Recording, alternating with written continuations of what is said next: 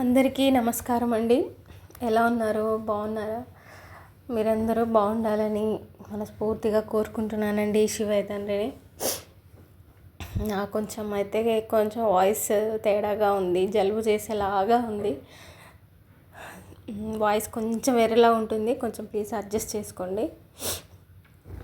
ఈ వీడియో అయితే first of all ఇదైతే క్లీనింగ్ బ్లాగ్ 3 అండి. అదే సేమ్ ముందు వీడియోస్ లాగానే దాని కంటిన్యూషన్ వీడియో ఇది.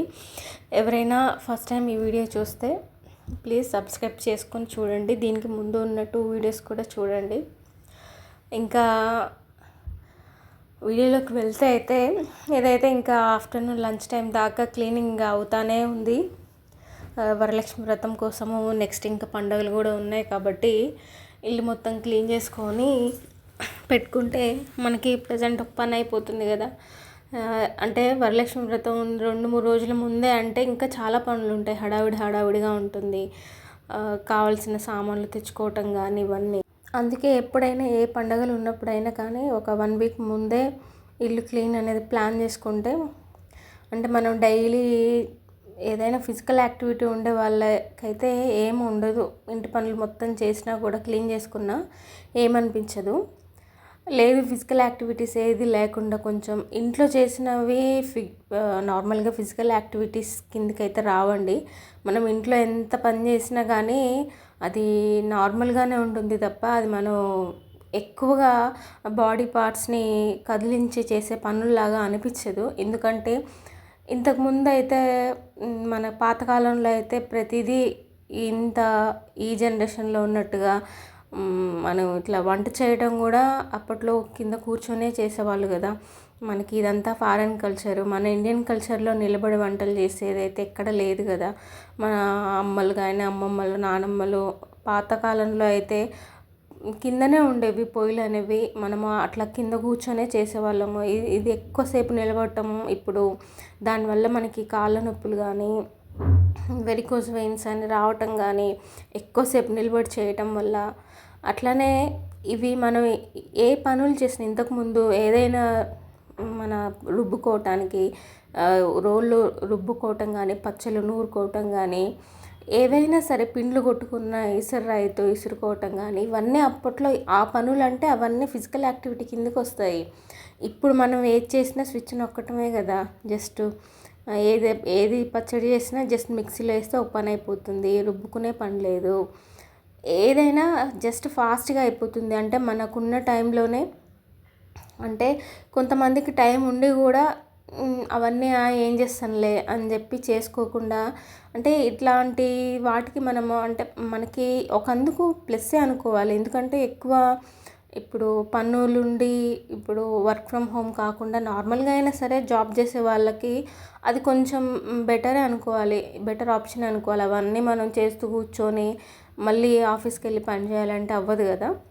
బట్ మనకి పాసిబుల్ ఉన్నంత వరకు మనం అవన్నీ ఇంట్లో ఉన్నప్పుడు అవన్నీ మన చేతులతో మనం చేసుకోవటానికి కొంచెం రుబ్బుకోవటం ఇట్లాంటివి కాకపోయినా కొంచెం పచ్చళ్ళు నూరుకోవటం కానీ రోట్లలో ఇట్లాంటివన్నీ మనం అప్పటికప్పుడు ఎప్పుడైనా సరే చేసుకుంటే కొంచెం మనకి హెల్తీగా అనిపిస్తుంది. మనం ఒక ఫిజికల్ యాక్టివిటీ లాగా ఉంటుంది. అంతసేపు చెయ్యి అటు ఇటు కదలటం కానీ ఇవన్నీ ఇప్పట్లో అవేవి లేవు కాబట్టి కంపల్సరీ మనం ఇంట్లో చేసే పనులు ఎక్కువగా ఫిజికల్ యాక్టివిటీ కిందికి రావు. అందుకని చెప్పి మనము చేయక ఒకటే రోజు ఇంటి పనులన్నీ చేసుకుంటాం కదా, క్లీనింగ్ ప్రాసెస్ అనేది.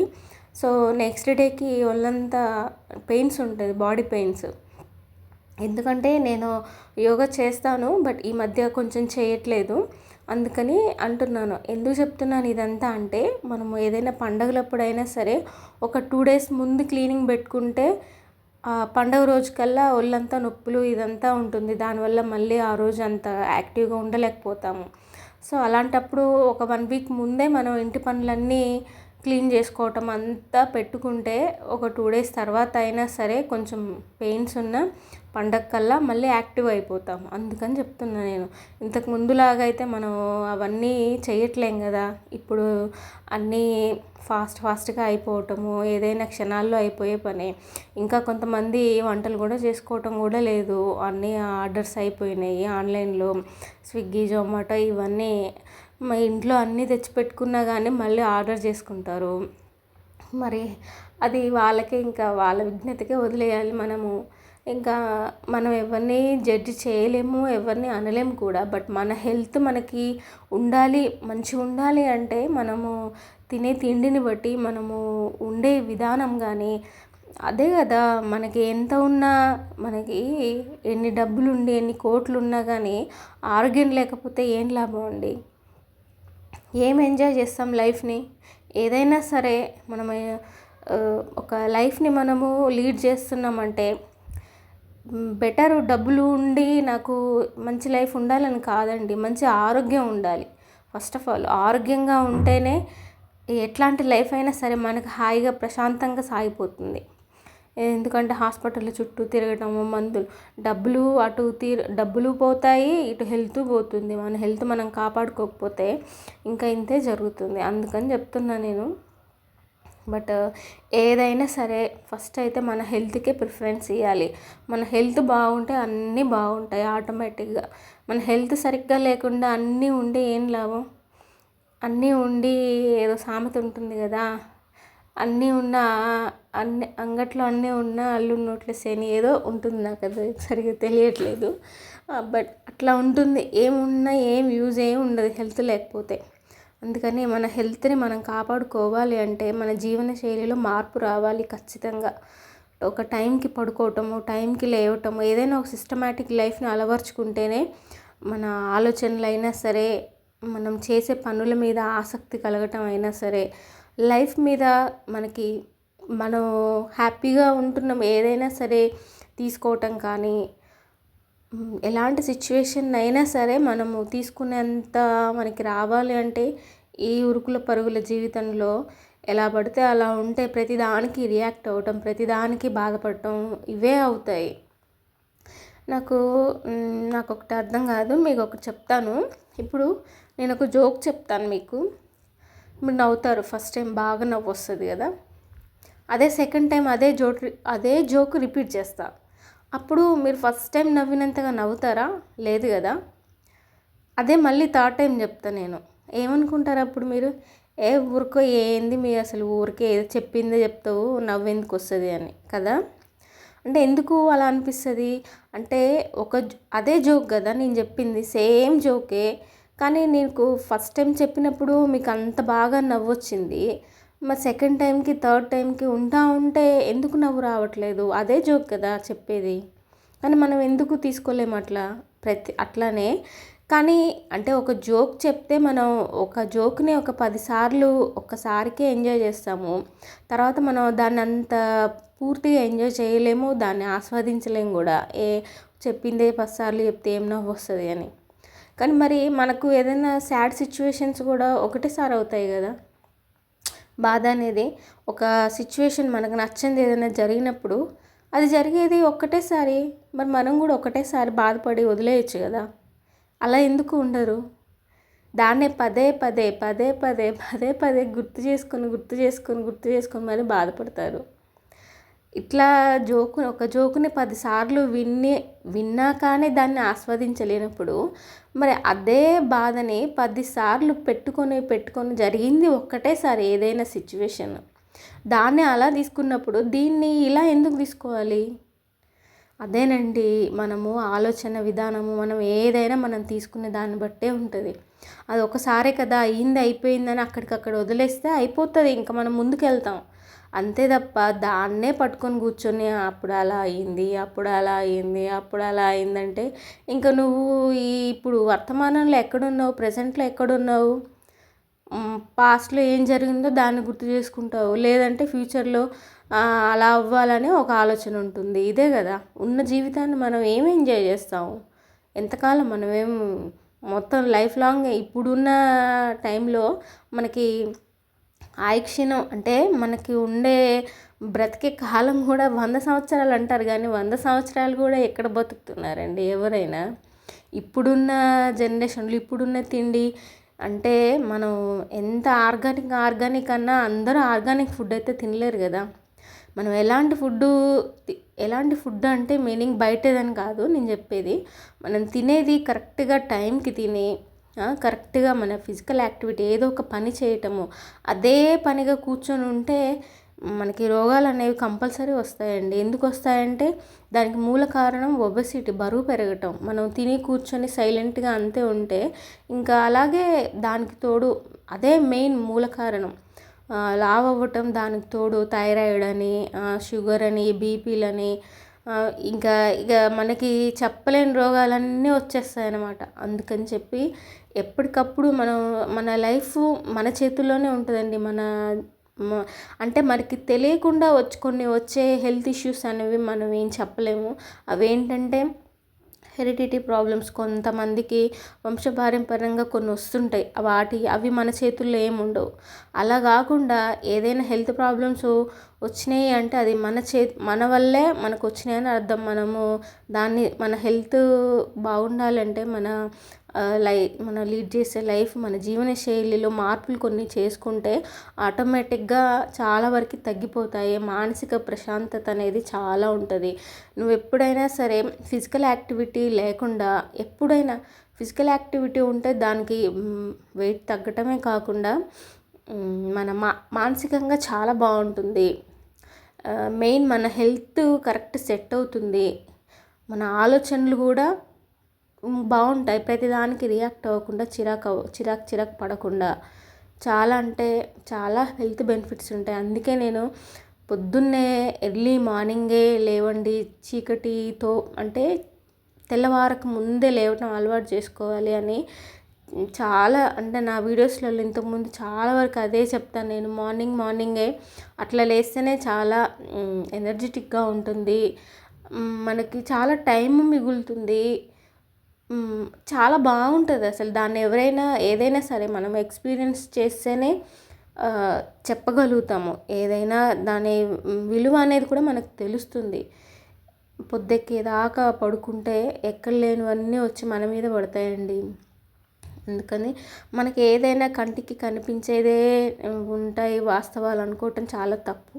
మనకు కనిపించనివి ఎన్నో ఉన్నాయి, అవి మనం చూడలేము, అంతే తేడా. పాజిటివ్ నెగిటివ్ ఉంది అని అంటే పాజిటివ్ ఉంది అంటే నెగిటివ్ ఉంది, రెండూ ఉంటాయి. సో మనం ఎలా ఉంటున్నామో, మనం నెగిటివ్ని ఆహ్వానిస్తున్నట్టు ఉంటే ఎప్పుడు మన లైఫ్ అలాగే ఉంటుంది. అలా కాకుండా మనం ఎప్పుడంటే మన ఆలోచనలు కూడా పాజిటివ్గా ఉండాలి ఎప్పుడైనా సరే. ఇప్పుడు ఎలా ఉన్నారంటే జనాలు, ఎవరైనా సరే అండి, మన అని భేదం ఏం లేదు. మరి అంటే నేను ఇలా అంటున్నానే తప్పుగా అనుకోవద్దు, చాలా వరకు అయితే బయట ఇలాగే ఉన్నారు. ఎవరైనా సరే కొంచెం బాగున్నా కానీ అది మనం తీసుకోలేకపోతున్నారు అవతల వాళ్ళు. అసలు ఒక హ్యుమానిటీ అంటే, మనిషి అంటే ఎలా ఉండాలండి? పక్కన వాళ్ళు బాధపడితే అది మన కళ్ళలో నీళ్ళు రావాలి కదా అవతల వాళ్ళు బాధ చూసినప్పుడు, అప్పుడు కదా నువ్వు మనిషివని. లేకపోతే ఇంకా మనిషికి ఏం తేడా ఉంటుందండి? పశువులకి మనుషులకి ఏంటి తేడా? ఏముండదు. పక్కవాడు బాధపడితే మనం సంతోషించటం, వాళ్ళు సంతోషంగా ఉంటే మనం బాధపడటం, ఇదే అవుతుంది. అసలు ఎందుకు అలా ఉంటారో నాకు అతను నిజంగా అర్థం కాదండి. చాలా వరకు చూస్తున్నా నేను. అది ఇంకా వాళ్ళ విజ్ఞతకే వదిలేయాలి. వాళ్ళు మనుషుల్లాగా జీవిస్తున్నారా లేదంటే ఇంకా ఎలా ఉంటున్నారా అనేది, మానవత్వం అనేది ఉండాలి మనిషి పుట్టినప్పుడు. దేవుడు మనకి మనిషి జన్మ ఇచ్చింది ఎందుకండి? మనకి ఇంత వాక్కునిచ్చి మనం ఏదైనా మాట్లాడినా ఎదుటి వాళ్ళు బాధపడకుండానే మాట్లాడాలి. నువ్వు మాట్లాడే ఒక్క మాట అయినా సరే 10 మందికి ఏమంటారు, నీకు సంతోషం కలిగించకపోయినా బాధ కలిగించకుండా ఉంటే చాలు. మనకు వాక్కునిచ్చింది ఎందుకు దేవుడు? ఎవరికి భూమి మీద ఏ జీవికి లేనిది మనుషులకు మాత్రమే ఎందుకుంది? దాన్ని సద్వినియోగం చేసుకోవాలి అంతే తప్ప దుర్వినియోగం చేసుకోవద్దు అనవసరమైన మాటలు మాట్లాడి. అందుకే అందుకే పెద్దలు చెప్పారు ఆచితూచి మాట్లాడాలి అని. నోరు మంచిదైతే ఊరు మంచిది అవుతుందని ఊరికే అనలేదు కదా. మనం ఎప్పుడైనా ఎక్కడైనా మాట్లాడే ముందు 1కి 10 సార్లు ఆలోచించుకోవాలి. ఏం మాట మాట్లాడుతున్నామా, దీనివల్ల మనకి ఏదైనా వస్తుందేమో అంటే ఎక్కువగా వినటం అలవాటు చేసుకోవాలి. ఎక్కువ విన్నప్పుడు ఆటోమేటిక్గా మనం మాట్లాడేది కూడా ఏం మాట్లాడాలి ఏం మాట్లాడొద్దు అనేది మనకు తెలిసిపోతుంది. అది కూడా లేకుండా ఏది పడితే అది మాట్లాడి ఎదుటి వాళ్ళని బాధ పెట్టి దానికి ఇంకా ఆనందం పొందే వాళ్ళు ఇంకా వాళ్ళ లైఫ్ ఏంటో మరి వాళ్ళకి తెలియాలి.